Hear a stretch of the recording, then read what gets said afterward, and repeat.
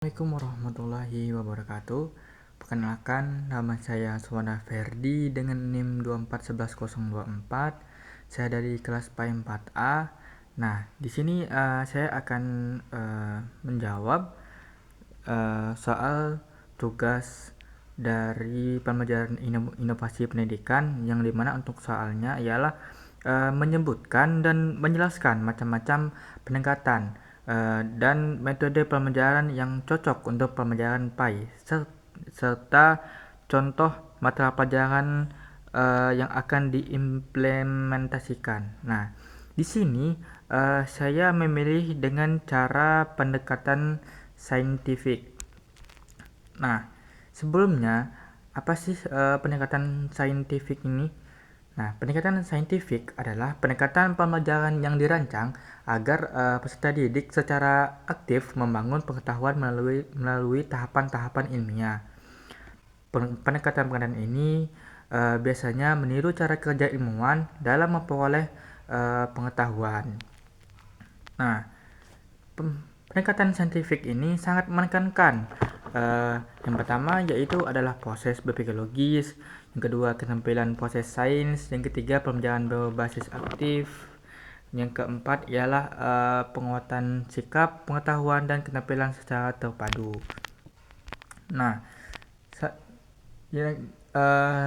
untuk selanjutnya, tujuan dari pendekatan saintifik ini ialah untuk mengembangkan kemampuan berpikir kritis dan analitis, meningkatkan keterampilan, dan melatih peserta didik dalam proses ilmiah, membentuk sikap ilmiah, jujur, objektif, disiplin, rasa ingin tahu, dan mendorong pembelajaran yang bermakna.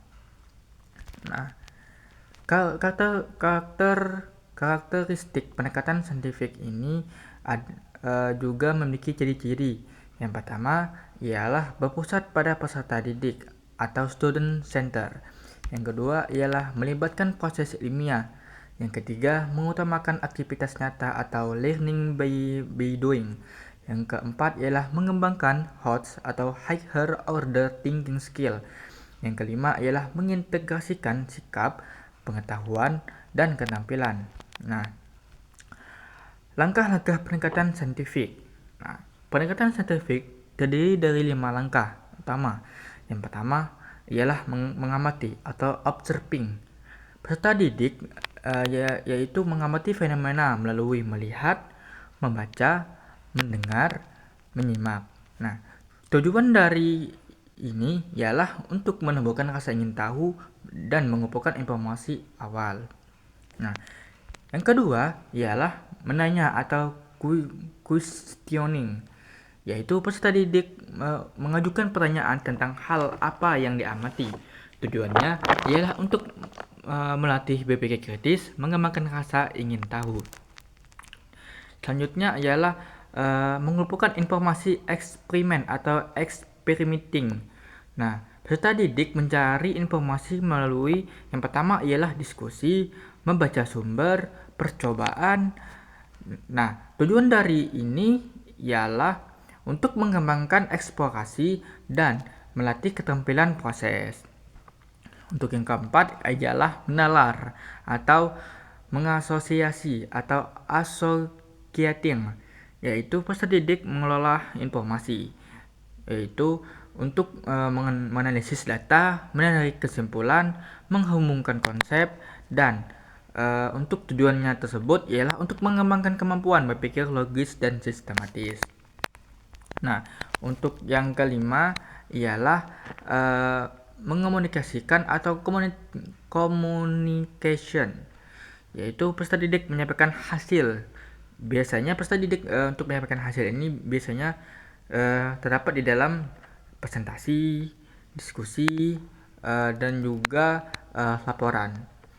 Nah, tujuannya ialah untuk melatih kemampuan komunikasi peserta didik atau melatih kemampuan komunikasi kita sendiri dan menguatkan pemahaman. Nah, selanjutnya ialah rancangan pembelajaran pendekatan saintifik.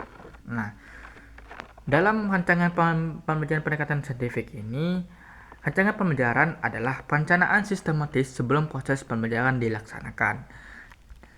yaitu yang pertama ialah komponen rancangan pembelajaran. Yang pertama, identitas pembelajaran itu tersendiri. Yang pertama, mata pelajaran, kelas, materi pokok, alokasi waktu. Selanjutnya ialah kompetensi inti atau bisa disebut dengan KI. Nah, KI satu. Yang pertama ialah sikap spiritual, yang kedua sikap sosial, yang ketiga pengetahuan, yang keempat adalah keterampilan. Kompetensi dasar selanjutnya adalah kompetensi dasar atau KD, yaitu berisi kemampuan spesifik yang harus dicapai. Contohnya ialah memahami konsep akhlak terpuji, menunjukkan perilaku jujur dalam kehidupan sehari-hari. Nah, selanjutnya ialah indikator pencapaian kompetensi indikator sebagai penjabaran KD. Nah, yaitu biasanya menjelaskan pengaturan jujur, memberikan contoh perilaku jujur, dan menganalisis dampak kejujuran. Nah, tujuan dari pembelajaran tersebut dirumuskan menggunakan format ABCD. Ya, ABCD ini yang pertama ialah A. Audiensi peserta didik, B. Behavior atau perilaku, C. Condition atau kondisi, yang D adalah degree atau tingkat keberhasilan. Nah, contohnya ialah peserta didik mampu menjelaskan konsep jujur dengan baik dan benar setelah mengamati sebuah video yang dikirimkan oleh guru untuk peserta didik. Nah, selanjutnya ialah materi pembelajaran.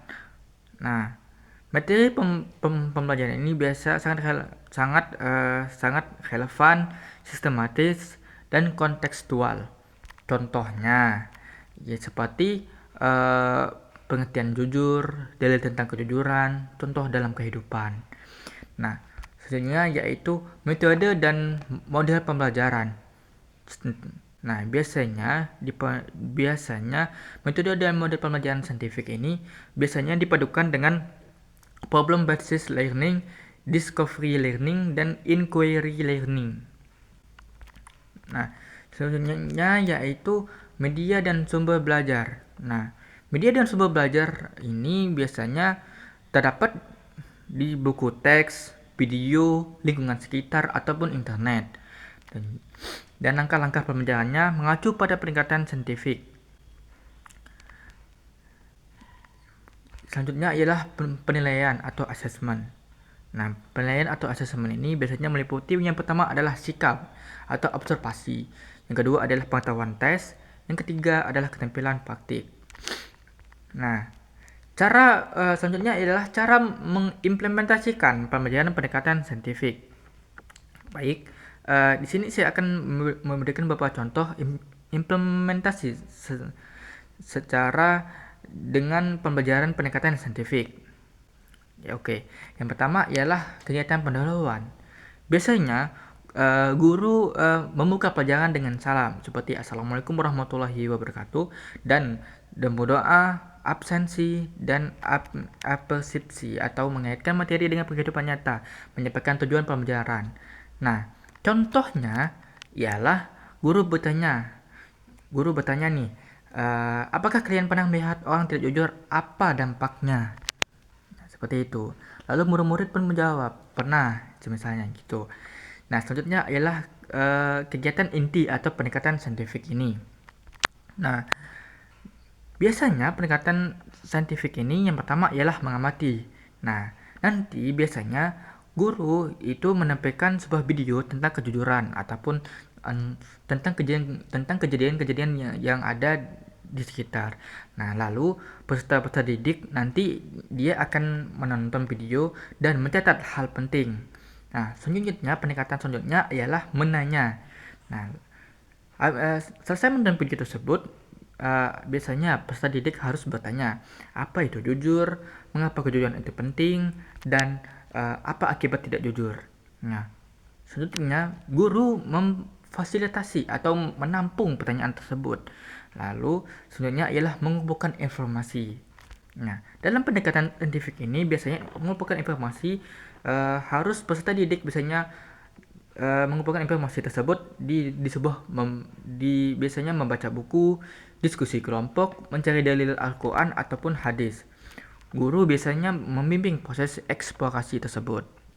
Yang selanjutnya adalah menalar.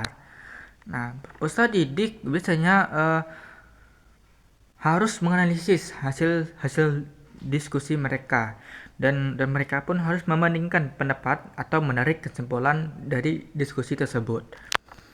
Selanjutnya ialah mengomunikasikan. Nah, peserta didik biasanya harus presentasi kelompok dan menyampaikan hasil diskusi tersebut di depan kelas ataupun di depan guru tersebut. Nah, biasanya guru akan memberikan umpan balik. Apa sih yang yang mereka presentasikan? Apa sih kendala-kendala yang mereka sampaikan? Nah, nanti guru akan menyampaikan sebuah umpan balik untuk kan biasanya tuh murid-murid kan tidak banyak memahami tentang apa isi dari presentasi tersebut. Nah, nanti guru akan memberikan umpan balik agar murid bisa memahami apa inti dari presentasi atau inti dari diskusi sebuah kelompok itu tersebut. Nah, selanjutnya ialah kegiatan yaitu penutup. Guru biasanya menyimpulkan materi dan juga refleksi pembelajaran, memberikan tugas dan menutup dengan doa. Nah, baik. Di sini saya akan biasanya sih di sini dalam pendekatan saintifik ini ada beberapa kelebihan. Yang pertama ialah meningkatkan keaktifan siswa. Yang kedua, mengembangkan berpikir kritis. Yang ketiga, membuat pembelajaran lebih bermakna. Yang keempat adalah melatih keterampilan. Nah, di sini juga pendekatan saintifik ini juga memiliki sebuah kekurangan, yang dimana kekurangannya ialah membutuhkan waktu yang lebih lama. Yang kedua ialah guru harus kreatif. Nah, yang ketiga tidak semua materi mudah diterapkan. Yang keempat membutuhkan fasilitas yang sangat mendukung. Nah, selanjutnya contoh singkat. Contoh singkat RPP berbasis pendekatan saintifik seperti materi ketujuan dalam Islam. Langkah-langkahnya yang pertama ialah kita sebagai murid harus mengamati. Mengamati ini dalam sebuah apa? Sepertinya dalam sebuah video. Yang kedua ialah menanya atau berdiskusi. Yang ketiga mengumpulkan informasi ini biasanya dari membaca. Yang keempat adalah menelaah atau analisis. Yang kelima adalah mengomunikasikan atau presentasi. Nah, baiklah. Kesimpulan dari pendekatan saintifik ini adalah peningkatan pembelajaran yang menekankan proses ilmiah melalui langkah 5M tersebut.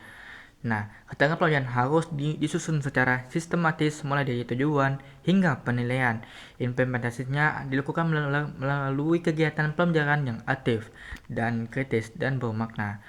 Pendekatan ini sangat efektif biasanya dalam peningkatan kualitas pembelajaran pendekatan ini sangat efektif dalam peningkatan kualitas pembelajaran karena melibatkan siswa secara aktif.